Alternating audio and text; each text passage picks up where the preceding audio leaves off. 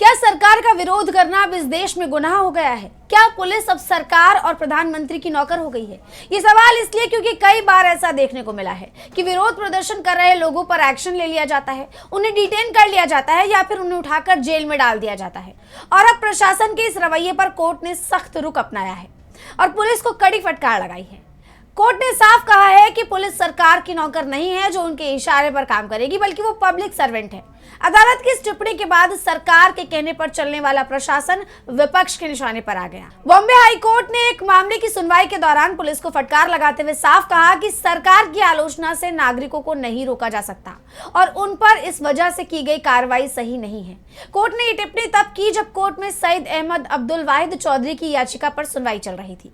दरअसल social democratic party of India यानी SDPI के महासचिव सईद अहमद चौधरी को मुंबई पुलिस ने नागरिकता कानून यानी CAA और ज्ञानवापी मस्जिद जैसे मुद्दों पर विरोध प्रदर्शन करने के चलते 1 साल के लिए तड़ीपार करने का आदेश दे दिया था।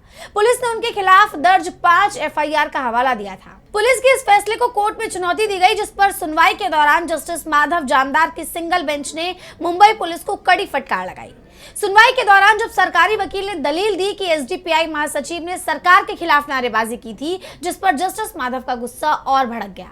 उन्होंने पुलिस से ही सवाल कर दिया कि याचिकाकर्ता ने सिर्फ BJP सरकार मुर्दाबाद और अमित शाह मुर्दाबाद जैसे नारे लगाए हैं, क्या देश के नागरिक ऐसे नारे नहीं लगा सकते? सिर्फ नारों के लिए किसी को तड़ीपार क्यों किया जा रहा है? सुनवाई के दौरान जस्टिस माधव जामदार की सिंगल बेंच ने मुंबई पुलिस को कड़ी फटकार लगाते हुए साफ कहा कि सभी नागरिकों को भारत सरकार का गुलाम बनाया जा रहा है। वो विरोध प्रदर्शन नहीं कर सकते, वो आंदोलन नहीं कर सकते। ये सब क्या चल रहा है? अब इतने सारे पेपर लीक हो गए, अगर लोग विरोध करेंगे तो आप केस कर देंगे। क्या है ये? विरोध करना नागरिकों का अधिकार है। याचिकाकर्ता ने भाजपा सरकार मुर्दाबाद के नारे लगाए हैं, क्या लोग ऐसे नारे नहीं लगा सकते? ऐसे नारे लगाने पर देश निकाला ऑर्डर क्यों जारी किया गया? परसों एक 10 साल के बच्चे की एक्सीडेंट में जान चली गई और स्टेट असेंबली में क्या चर्चा हो रही थी कि एक प्रिसाइडिंग अफसर कैसे चुना जाता है और वो कैसे एक पार्टी से दूसरे पार्टी में चला गया। ये क्या है? उन्होंने सांसदों की खरीद फरोख्त पर भी सख्त कमेंट किया और कहा कि पूरे महाराष्ट्र में हॉर्स ट्रेडिंग चल रही है। उन्होंने आगे कहा कि पुलिस सिर्फ व्यक्ति को इसलिए बाहर नहीं निकाल सकती क्योंकि उसने सरकार के फैसले का विरोध किया है। पुलिस नौकर नहीं है, वो पब्लिक सर्वेंट है। मैं आपके अफसरों पर भारी जुर्माना लगाने जा रहा हूँ।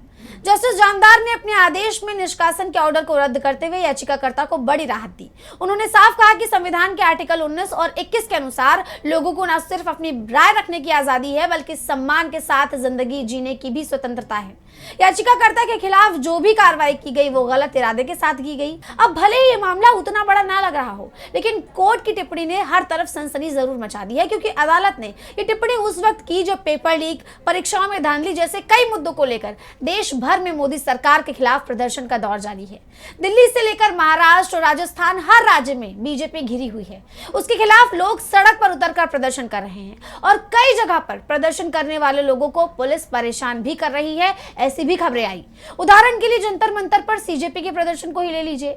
यहाँ पर प्रदर्शन कर रहे युवाओं को तो छोड़िए, उनके लिए पानी का इंतजाम करने वाले लोगों से भी पुलिस पूछताछ कर रही है। सवाल कर रही है कि पानी पिलाने के लिए फंडिंग कहां से आ रही है। लोगों के आधार कार्ड तक चेक किए जा रहे हैं। और सिर्फ जंतर मंतर ही नहीं, बल्कि कई जगह ये देखा गया कि बदहाल सिस्टम के खिलाफ प्रदर्शन कर रहे लोगों पर कितनी बार पुलिस लाठियां बरसानी शुरू करती है या फिर वाटर कैनन से उन्हें हटाने की कोशिश की जाती है। इन हालात में कोर्ट की टिप्पणी BJP और मोदी सरकार के लिए एक झटका मानी जा रही है। विपक्ष ने भी अदालत की इस टिप्पणी पर शुक्रिया कहा है और सरकार को घेरा है।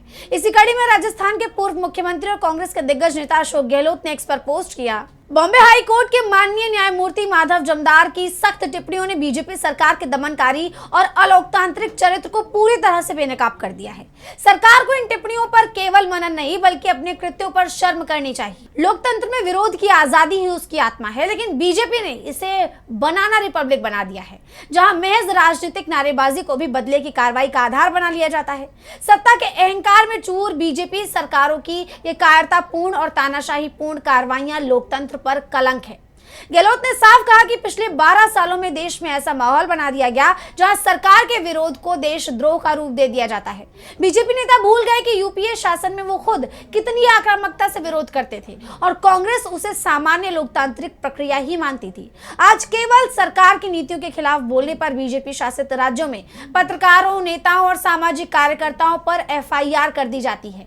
उन्हें महीनों सालों तक जेल में बंद रखा जाता है। कांग्रेस नेता ने साफ कहा कि ये सच को दबाने और देश में डर का माहौल बनाने की सोची समझी साजिश है, जो लोकतंत्र की सरेआम जान ले रही है।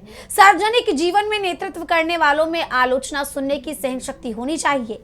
पुलिस और जांच एजेंसियों को भी ये नहीं भूलना चाहिए कि उनकी जवाबदेही सिर्फ और सिर्फ देश के संविधान के प्रति है, किसी राजनीतिक दल के प्रति नहीं। यानी साफ है कि अब बीजेपी की मनमानी पर न्यायपालिका सख्त हो गई है, जिससे सरकार और प्रशासन को बड़ा झटका लगा है।